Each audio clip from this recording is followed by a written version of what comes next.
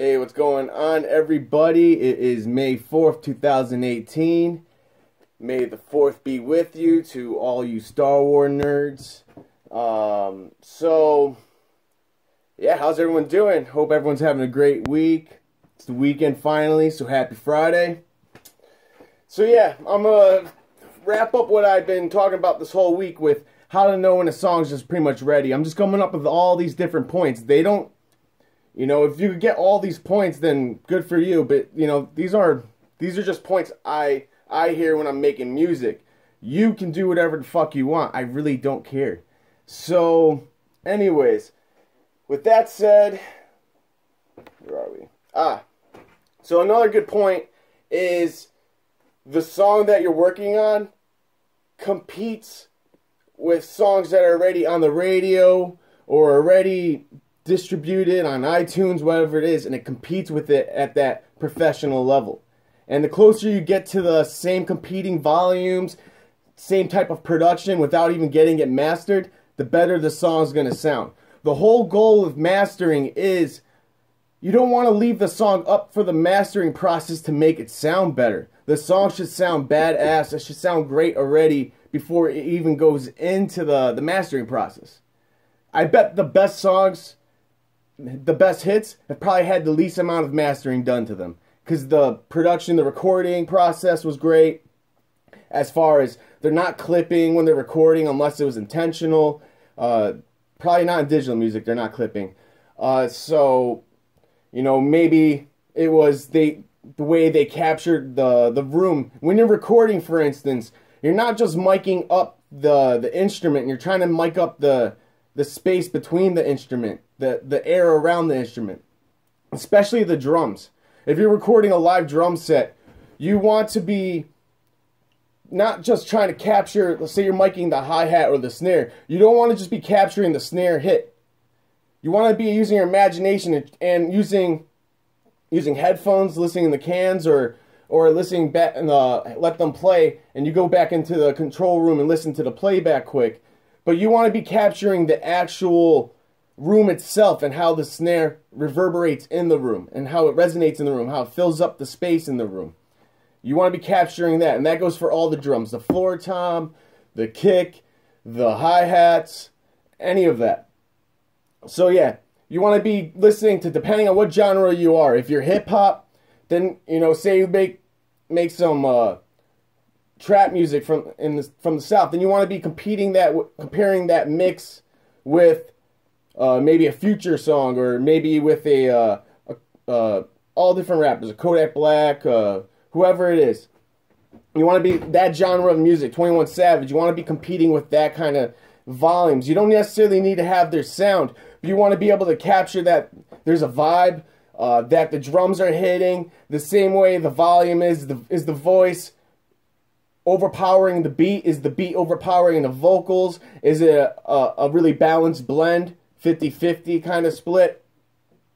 Does it seem like the voice is right in the middle of the mix? Does the voice sound like it's far away in the mix? That would be a volume thing, or that could be a reverb process. That could be an EQ thing. So yeah, you want to be, if you make heavy metal music, same thing goes. You maybe want to be comparing it to maybe the Devil Wears Prada or Amir or any of those bands. I don't even know, I haven't listened to metal in forever. I don't even know who's the most relevant bands today, but basically, you want to be competing with those kind of volumes. Attila's another dope band. I think they just put out a new album. So, yeah, same thing. You want to be comparing at a really quiet volume. So, if you bring down your volume on your board, to a fairly quiet level, you want to see if the songs still sound loud.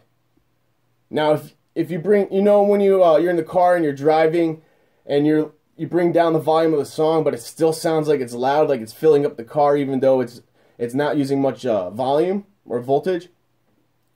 That is a great mix right there. That's that whole illusion you want to be creating. You want to create, it's an illusion that the engineer and the music producer and the artist are essentially painting. You want to be able to create that presence that the song is appearing louder than it is. All right, so That's the whole idea.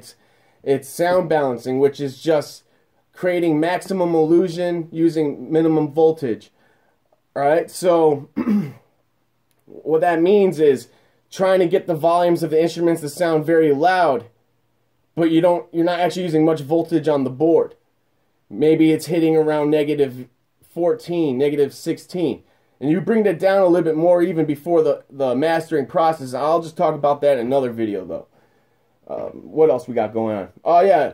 So, yeah, compare it to songs. See if it competes. I wouldn't even just listen to one song. I would listen to a few different mixes in those from different bands in those genres. And then that way, you could, especially if you're starting a song off and you're trying to make a song in that kind of genre, kind of pinpoint what are all the elements that are the focus in those bands and what separates the bands from each other and what similarities do they have that kind of ties into the whole genre itself. And you could use that as an idea to help you kind of build a foundation from what kind of sounds you're looking for, what kind of rhythm you're looking for, tempo. And from there, you get creative, make it your own, do your own thing. You know, don't hold on to that. Just know what to do from when you have that knowledge. All right, cool. Let's talk about automation. Automation's another thing. It's very important depending on what kind of song it is. You could be doing automation in the sense, making the parts that are quieter in the vocals. You could automate those so they're more equal with the louder parts if the compression isn't doing it enough. You could be automating the EQ to filter out the background music, like in house music, and filter it back in. You hear that a lot in hip-hop too nowadays too. What else? You could be automating panning. So ad-libs, for instance, you can have the ad-libs going from left to right speaker and right to left speaker, depending on what it is. You can, there's so many different ways to use automation, and there's no limit on how much you can use or how minimal you use. You don't have to use any automation if it doesn't need it. A lot of times when I do automation, I do the automation in live recording. That way, so if I'm playing the keyboard, I'll be tweaking filters, you know, the knobs on the keyboard in live time, so I record that. I try to usually, for me, I try to jam a lot of times. If I'm not doing just something quick, I'll try to play a whole song out, map it out in my head, and then I'll play it. And as I play it, I kind of just try to envision the whole song while I'm playing. The drums, the bass, anything that's complementing whatever sound I'm playing. And then from there, I try to imagine, you know, pretty much just nature takes over and I stop thinking, and that's the best part. But yeah, going off that tangent, going back to automations, you know, it's all up to you. Another name on the game is automations in the sense and how you can express your creativity. Maybe you use automations to as the verse is going, the voice starts filtering more. There's a lot of times when maybe one part of the verse will sound cooler with more reverb, and then the other parts of the verse will sound better with less reverb. So I will just automate the mix of the reverb to however I like it to sound. Let's see what else.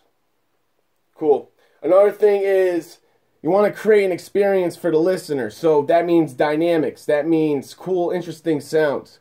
That means confidence in the recording, confidence in the artist. There's a lot of different factors, but you want to take them on a journey. The way you use song composition with song structure, verse, chorus, pre-chorus, bridges, anything like that, codas, refrains, all that different kind of ideas. What's another one? Vamp and fades. All those different techniques, you can apply those to your song composition to make it more interesting, to make it sound richer, to make it sound more creative, to bring the life out of it, you know? That's the whole idea. So you want to create an experience for the listener. That way, if you could create some type of emotional connection for them, they'll love that song for a lifetime. Unless it's like tied to like an ex-girlfriend or some shit. So, anyways, another one is you want the song to sound badass. It doesn't matter. It could be a Whitney Houston song. Those songs are badass.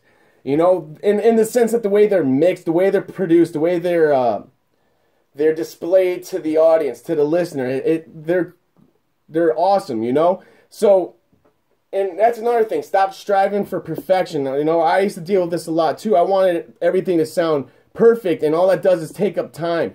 That takes up space I could be using for other creative moments. But I'm taking up all that brain power trying to chase something that's an illusion. It's not real. It's all in your imagination. That's your ego. That's chasing perfection. You know who decides what perfect is? The free market, the people buying it, the consumers, the fans.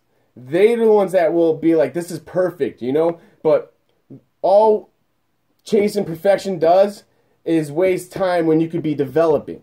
And you could be focused on furthering your craft and putting out new music and building a fan base and you know, interacting with the fans, doing shows. You know, all you have to do is start doing it. You don't have, you know, we could come up with 1,000 excuses why not to do it, but just start doing it. Don't think about it, just do it, and you'll find that you get so much more shit done. All right, so yeah, that's a bunch of them. One last point is make sure it sounds clear. You know, there's always exceptions to the rules, people. I know Tyler, the Creator, has a song on Cherry Bomb that's literally sounds like a cherry bomb just blew up. I forgot, it might be actually called Cherry Bomb, the song, but it's totally distorted and messed up. But it's cool, because that's what he's clearly going for. It was obviously an intentional thing, and it's cool. It's different, you know. It's definitely a different type of vibe. But usually, you know, try to strive for some type of clarity. That means you can hear all the sounds in the right place. You can hear the definition, the texture, the color. You can hear the voice clearly. Yeah, you can hear the words clearly, all that, all right? So, yeah, I hope you enjoy those points. Listen to your songs when you're mixing and see going off that list, see how that kind of compares. You know, you can use it however you want. I really don't care. But those are some cool ideas I thought of. Feel free to share this video, comment, like. If you have any questions, just get in touch with me and I'll help out, all right? Enjoy your weekend.